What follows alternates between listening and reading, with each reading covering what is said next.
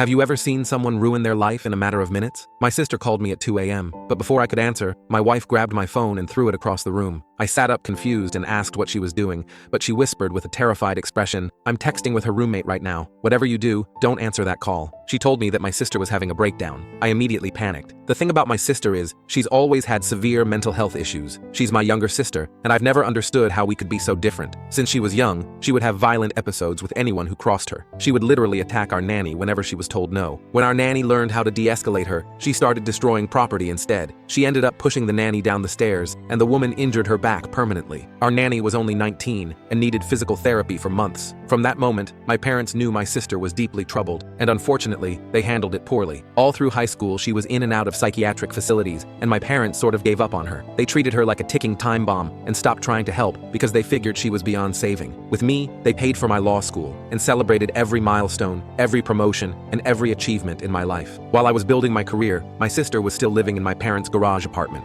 Every few weeks, my father would call me and admit that he needed to evict her, but he was too afraid to. He heard her screaming and breaking things at night and was scared she would hurt him again. I asked him what he meant, and he revealed that she had attacked him shortly after our mother died. He said that he only escaped because their gardener witnessed it and intervened. All of that is to say, when my wife told me my sister was having a breakdown, I knew we needed to act fast. My dad's roommate was texting my wife, saying she heard crashes and yelling from my dad's house that suddenly went silent. We called 911 and started pacing, and while waiting for updates, I got a call from the police. My father had been injured. My sister had cornered him with a baseball bat and struck him repeatedly. I broke down, but the horror still wasn't over. When morning came and I finally got some sleep, I woke up to another call from the authorities. My sister was gone. After hours of investigation and not knowing what had happened, I finally got the full story. Turns out my sister had assaulted our father and left a rambling note, planning to come after me because I was the successful one, and she was the failure who decided to embrace her fate. But on the way to my apartment, she got into an altercation at a gas station and fled from police, eventually crashing at high speed into a concrete barrier where she died on impact.